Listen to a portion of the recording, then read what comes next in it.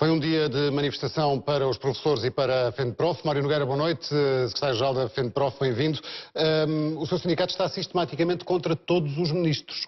Está contra todas as mudanças. Infelizmente, não. Nós estamos a favor de todas as mudanças. Mas foi assim com a ministra Maria de sejam Lourdes estas Rodrigues, mudanças. foi assim... Exatamente. Sabe que a doutora Maria de Lourdes Rodrigues começou um percurso que culminava nisto, com ou sem ela, e acaba por ser com o Nuno Crato, que foi o percurso de acabar com os concursos anuais de professores. A doutora Lourdes Rodrigues, em 2006, fez com que a partir daí os concursos de professores fossem de 4 em 4 anos, excepcionalmente de 3. E fez com que nestes 4 anos, ou melhor, nestes 6 anos, aliás, se tivessem aposentado 25 mil professores e tivessem sido substituídos por outros tantos professores contratados e, portanto, podemos aqui ver que alguns deles têm 18, 19, 20 e tal anos de serviço a contrato. São professores que são usados permanentemente para dar resposta às necessidades que são permanentes também que têm as escolas. E, portanto, isto tinha que mudar. Nós queremos esta mudança. Queremos que mude e que as escolas passem a ter um corpo docente estável e que seja lá efetivo para saber com quem contam. O Ministério da Educação, que mudança quis fazer? Esta.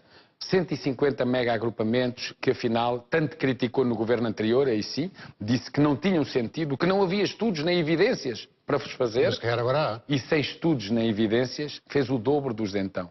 O Ministério da Educação aprovou a suspensão, aliás, a Assembleia da República aprovou a suspensão da vigência da anterior revisão curricular, precisamente por achar que ela só servia para despedir professores. O PSD apresentou a proposta e votou com o CDS, com o PCP, com o Bloco de Esquerda. E, portanto, aquilo não avançou. A doutora Lourdes Rodrigues disse 43 milhões de euros que eu ia poupar e agora, aliás, a doutora Isabel Assada e o doutor Nuno Crato, o ministro, o que é que diz? Que 43, e agora percebemos que para o PSD era pouco. Eram precisos 102 milhões. E, portanto, faz muito mais violenta esta revisão curricular. E depois tem outro disparate autêntico, quer dizer, aumenta o número de alunos por turma. Nós vamos ter as escolas com turmas de 30 alunos, que, como se sabe, não é um espaço de aprendizagem que deveria ser com menos. E nessas escolas onde vamos ter 30 alunos, nós vamos ter professores do quadro, efetivos, a serem pagos, que não têm turmas. Então as turmas não podiam ser mais pequenas, se distribuídas pelos professores todos. Mas isto não, estas medidas são propositadas. Por exemplo, ainda agora vinha a falar com os colegas... São propositadas para pôr gente na rua. Também por maldade, porque é uma maldade de quem quer pôr na rua quem tanto de bom e deu às escolas, ao ensino, à educação, gente com 30 anos de serviço. Uma colega com 37 anos de serviço hoje disse: Mário, com 37 anos de serviço eu posso ter um horário zero? E vai ter um horário zero. Portanto, são pessoas com uma experiência extraordinária. Então, mas Portugal queixa-se porque a OCDE vai dizendo que o insucesso não se resolve. Os resultados dos exames, como é que é possível? São resultados como estes. Então o que é preciso? É pôr ainda mais gente fora? É pôr as escolas a funcionarem pior? É tirar os apoios aos alunos com dificuldades? Caramba, isto é maldade, porque é fazer mal ao país. Porque ser português, o Estado de Portugal, governar para os portugueses, não é pôr uma bandeira ao peito. É governar para os portugueses. E este governo não governa para os portugueses. Mas não é verdade que há menos alunos e, havendo menos alunos, há menos necessidade de professores? Não, não é verdade que as escolas... O Estado tem automaticamente que dar emprego a todos os professores? Não, o Estado não tem. Aliás, é uma coisa que eu acho que seria detestável, era que o Ministério da Educação se transformasse numa agência de empregos. Longe disso. O Ministério da Educação o que é que tem que fazer? Tem que garantir que o ensino tem qualidade. Tem que garantir que as escolas se organizam de uma forma que é pedagogicamente adequada. Tem que garantir que as coisas funcionam. Tem que garantir que os alunos que não têm dinheiro os pais para ter explicações lá fora têm os apoios de que necessitam da escola. E se o Ministério da Educação garantisse tudo isso, os professores se calhar não chegavam. Agora, estas medidas são propositadas. Repare uma coisa. Criticar o governo anterior porque não ouviu os municípios e os conselhos gerais das escolas para fazer mega agrupamentos. Dos atuais mega-agrupamentos, 77,8%, 78%, números redondos, foi contra o mega-agrupamento. E metade das câmaras municipais, muitas do PSD, porque aqui não houve a questão partidária, foram contra os mega-agrupamentos. O que é que fez o Ministério? Deem a vossa opinião. Eles deram. Ok, pronto, já deram. A democracia agora é nós fazemos como tínhamos dito que íamos fazer. Mas o governo está mandatado, foi eleito há um ano com uma série de medidas... Mas então assuma que é prepotente, assuma que não quer saber do país, assuma que não quer saber das escolas, assuma que quer mandar para o lixo esta gente toda. E o problema, sabe, é que está a mandar para o lixo recursos fundamentais ao país e à escola. Está a mandar para o lixo pessoas em quem investiu na formar para serem professores. Está a mandar para o lixo gente que é fundamental para as escolas funcionarem bem. E porquê é que é fundamental e porquê é que é importante? Porque os professores portugueses Há países onde os problemas que se colocam muitas vezes têm a ver com a falta de formação dos professores. Mas os professores portugueses são professores com formação adequada. São professores com licenciaturas que não lhes calhou de brinde na farinha Amparo. São pessoas que fizeram a sua formação como devem fazer.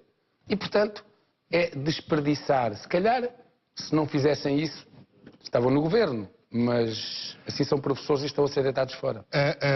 Mas é tudo mau neste... Sinceramente. Dr. Mário Nogueira, ouço falar mais tempo para a matemática, mais tempo para o português, maior rigor, menos facilitismo, mais autoridade para os professores. Não é verdade. Não é verdade. Porque, a revisão curricular não é tudo verdade. isso, Sabe o que é que o Ministério dá? Na língua portuguesa dá no 12º ano mais 25 minutos. Nem um tempo de 45. Não é por acaso que o grupo de português é dos grupos mais atingidos com professores a serem postos fora, com horário zero. Porquê? Porque o Ministério da Educação, depois não diz, o Ministério da Educação mete mais 25 minutos no secundário, no português, mas acaba com um espaço fundamental de trabalho de língua portuguesa com os alunos, que foi o estudo acompanhado. O estudo acompanhado era, sobretudo, um espaço que as escolas aproveitavam para o reforço do português e da matemática. E eles dão 25 minutos a mais, mas acabam com 2 tempos, com 2 horas. Quer dizer, mas não dizem, as pessoas não sabem, mas o estudo acompanhado, se calhar, era fundamental, acabou. No secundário, o estudo acompanhado foi criado este ano. Ainda está no ano de lançamento, não foi avaliado e já foi extinto. Portanto, eu gostava de lhe dizer que havia aqui uma coisa boa, sinceramente eu gostava. Mas são os megas. Se é esta revisão curricular, são os mais alunos por turma, foi a extinção dos centros de novas oportunidades, são o fim dos CEFs sem alternativa, são as turmas do recorrente com 60 alunos, são tirar 1 hora à direção de turma. Sinceramente, e as pessoas sabem isso, e não é por acaso que nesta altura do ano, estamos a 12 de julho, estamos num dia em que as escolas estão cheias de trabalho, a encerrar o ano, com reuniões de pedagógico, de conselhos gerais, de matrículas de alunos, e foram milhares os que mesmo assim quiseram estar, porque a indignação é enorme, pelo que estão a fazer aos professores, mas pelo que estão a fazer às escolas. Não é também sinal de um grupo profissional que está a lutar pela manutenção dos seus direitos? Também. Ou seja, se não quer, pondo de outra forma e deixando-lhe a provocação, não é um exemplo de que os portugueses querem passar ao lado da crise? Não, fora disso. A crise afeta todos. Não, exatamente. Agora, há uma coisa que todos sabemos, que os países que querem ultrapassar as dificuldades que têm um setor que é fundamental e onde não podem deixar de apostar, que é na educação, que é na formação dos seus jovens. A doutora paixão pela educação, aparentemente, que vinha dos tempos do engenheiro Guterres, não tem dado grandes resultados chegarmos para os exames. Sabe que há outra... Mas isso sabe que isso é muito discutível, porque assim, infelizmente, os ministros, quando chegam ao Ministério da Educação, querem deixar o seu dedo, parece que a sua impressão digital nas coisas. E às vezes dá a ideia que deixam a impressão digital, mas não lavaram as mãos antes. E, portanto, fazem aquilo que não devem, deixam nódoa em vez de impressão. Porque nunca há sequência. O ministro que chega, o que está para trás é para deitar fora. Nós criticamos a forma como os que nós funcionavam. Nós criticamos a forma como a parque escolar funcionava. Mas isso não quer dizer, e em alguns casos, os partidos hoje do governo tinham críticas semelhantes às nossas. Mas isso não quer dizer que, portanto, acaba-se. Quer dizer que, portanto, avalia-se. Portanto, vai ver-se como é que se pode fazer bem e, portanto, vai-se fazer de outra forma. Mas este governo não. Chega lá, acabou. Extinguiu. Aliás, deixe-me fazer, isto não é uma preocupação só dos professores, porque podia ser, olha, o problema corporativo, eles querem o emprego, eles estão com medo. Ontem foi enviada uma carta às escolas, assinada pela FENPROF, a representação dos professores, pelo STAL e a Federação da Função Pública pelos trabalhadores não docentes, pela CONFAP e a CNIP, as 2 organizações de pais, pelos sindicatos de psicólogos, pelos sindicatos de inspectores e pelas 2 associações de diretores de escolas, a AND e a ANDAEP, em que todos, tão diversos, tão diferentes, com interesses tão distintos na escola, exigimos ao Ministro da Educação uma reunião urgente para que ele responda como é que vai começar o ano no início de setembro e como é que se vai desenvolver. Porque eu quero lhe dizer uma coisa, nós, professores, talvez porque o viver a escola no dia-a-dia diz isto aos professores, temos fortes preocupações que muitas escolas entrem em ruptura, porque é uma brutalidade. Ainda agora falava com os colegas de Tondela, o mega agrupamento que ali foi constituído, Sabe quantos horários zero vai ter? Horários eliminados. Estamos a falar de Tondela, não estamos a falar aqui no Mega. Horário zero, para quem não sabe, são professores que não vão ter nada a fazer. No conjunto, horários que são eliminados, apanhando contratados e professores dos quadros. 68 horários. Quer dizer... Mas o horário zero não é um despedimento imediato. O horário zero é uma antecâmara, pode ser. Pode ser um caminho que depois segue para a mobilidade e depois pode acabar mal, como é evidente, como se sabe que aconteceu na agricultura. E a questão é tão simples como esta, quer dizer, nós todos temos consciência, todos dizemos que é preciso mais, a escola tem que dar mais, a escola tem que conseguir dar mais, a escola tem que ser melhor, a escola tem que apoiar mais. Quer dizer, isso não se consegue fazer sem recursos. E, no caso do horário zero, então... Não há recursos. Estão ali, estão a ser desaproveitados. Aquela frase do Ministro das Finanças, não há dinheiro. Pois, se nós queremos que o país continue a enterrar o dinheiro no BPN, continue a pagar as alcavalas que vai pagando aos agiotas que exploram aí com juros, que é uma vergonha, né? E que especulam e que vão buscar o nosso dinheiro. E depois há de vir uma nova avaliação da Troika e diz: vocês estão a fazer bem e, portanto, vão fazer mais. E se nós queremos continuar a empatar o dinheiro aí, pois nós podemos, um dia destes, até ter um governo que a única coisa que faz é fechar o país e ir embora. E este governo está próximo disso. Eu acho que este governo, até, para não cair nessa tentação, decidiram pôr aquela bandeirinha ao peito para nunca se esquecerem que são portugueses, que eles, se calhar, quando saem de cá, até às vezes se esquecem. Há conversa, como é que está o diálogo? Não há hipóteses de diálogo com o Ministério da Educação? Pois, quer dizer, o Sr. Ministro... Não, pelo contrário, ainda agora lhe disse que nós subscrevemos em conjunto o pedido de uma reunião urgente para percebermos e, portanto, aquilo que nós esperamos é que o Sr. Ministro da Educação rapidamente marque esta reunião. Porque, por exemplo, as novas regras do ano escolar, que é uma coisa, mesmo que não negociasse connosco, pelo menos conversava com os diretores, com quem está nas escolas. Saíram um dia à noite em Diário da República Eletrónico sem que ninguém soubesse. A revisão curricular, houve diálogo, receberam 1.600 contributos, mas depois fizeram como queriam. Os mega-agrupamentos, então não houve diálogo. A Câmara de Coimbra pôs em causa os megas, que iam lá fazer no Conselho. Eu estou a dar o exemplo de Coimbra, porque é no meu Conselho e porque é um exemplo insuspeito, que é do PSD. A Assembleia Municipal aprovou uma moção também contra, o Conselho Municipal a mesma coisa, os Conselhos Gerais das Escolas todos aprovaram contra e o Ministério, pronto, dialogou e depois fez o que lhe apeteceu. Então, e daqui para a frente, o que é que vai acontecer? Eu penso que ainda há coisas... Depois de uma manifestação... Eu penso que ainda há coisas que podem ser feitas. Eu penso que o Ministério podia, então, avance com os agrupamentos nos casos em que haja consenso na comunidade, entre as escolas e a Câmara.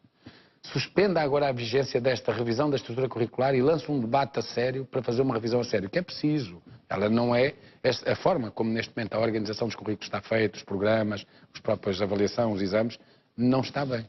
Precisa de uma reforma profunda até, eu diria. Até porque temos uma realidade nova, o alargamento da escolaridade obrigatória, temos que discutir se os ciclos devem ter esta duração, se devem organizar-se de outra forma, como é que a rede dá a resposta a isso. Tem que ser tudo discutido. Mas isto não foi discutido assim. Foi assim, o Orçamento de Estado, para este ano, pôs lá, com a rede escolar tem que poupar 54 milhões. E ponto final.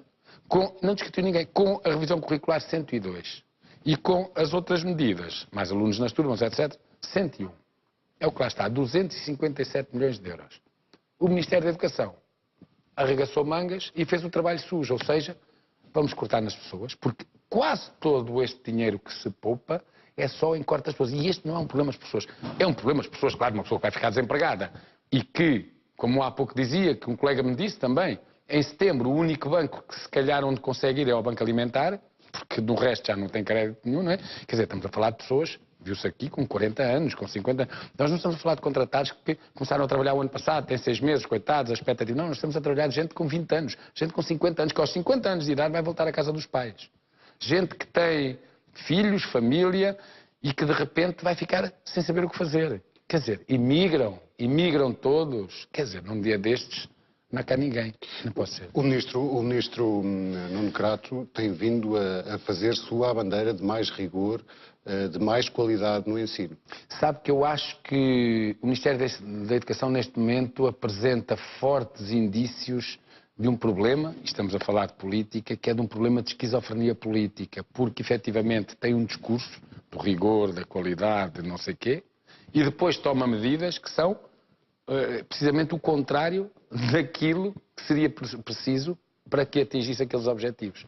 Porque o Sr. Ministro da Educação nunca explicou a ninguém como é que, pode dizer, com a revisão curricular vai fazer o quê? Mas, Quer dizer, tudo bem, antigamente, naquele tempo, às vezes há pessoas que até dizem, no meu tempo é que a escola era boa, havia exames logo à quarta classe, havia castigos a toda a hora, até havia meninos com orelhas burras virados para a parede. Mas não é a mesma coisa, está a pôr na mesma Não, agora é outra coisa. Não, pois, porque aqui há duas coisas, sabe que aqui há aquilo que nós chamamos medidas que têm a ver com as questões financeiras, puras e duras, ponto final, mas também há aqui porque muito... o Estado não tem dinheiro. Mas há aqui muito de um projeto ideológico em curso. Pôr exames não poupa dinheiro, como é evidente, todos já percebemos. Mas há aqui o recuperar um tempo em que os meninos que eram deficientes e tal, iam lá para outros sítios, para aquelas instituições, ficavam lá, estavam misturados. No nosso tempo havia a fila dos burros e a dos outros, não era? E esse tempo não era bom. Apesar de às vezes nós, quando estamos muito zangados com o que se passa hoje, naquele tempo é que a escola era boa. Naquele tempo havia 1/3 de portugueses analfabetos. 30 e tal %. Naquele tempo havia meninos que não aprendiam porque não eram dadas condições para que aprendessem, eles tinham dificuldades e ninguém os ajudava. Esse tempo não era bom, mas é o tempo deste ministro. Acha que é o tempo a que vamos voltar? Acho que não vamos voltar porque nós não queremos que volte, e quando digo nós, estou a falar nós portugueses, nós cidadãos, nós pais. Mas acha que o Orçamento de Estado do ano que vem vai ter mais dinheiro para a educação?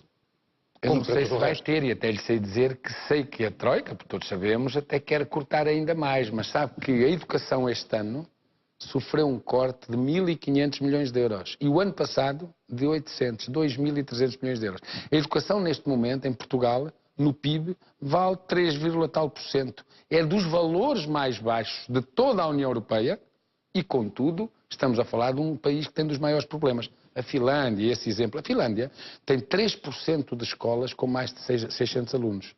E eu não sei se nós temos alguma com menos, tirando as escolas do primeiro ciclo, é evidente. Portanto, são coisas, realidades tão distintas com que às vezes ainda por cima nos querem comparar.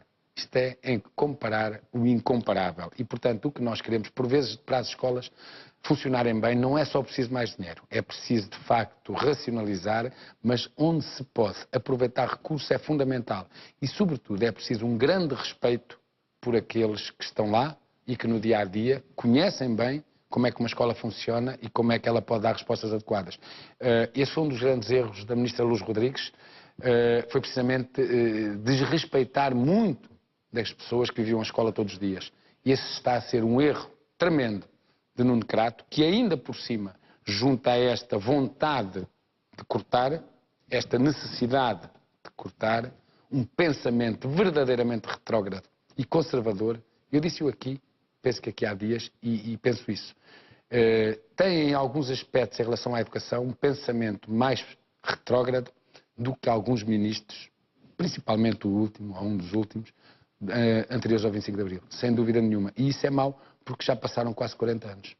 Deixa o seu apelo e as suas críticas. Mário Nogueira, obrigado por ter aceitado o nosso convite. Boa noite. Obrigado.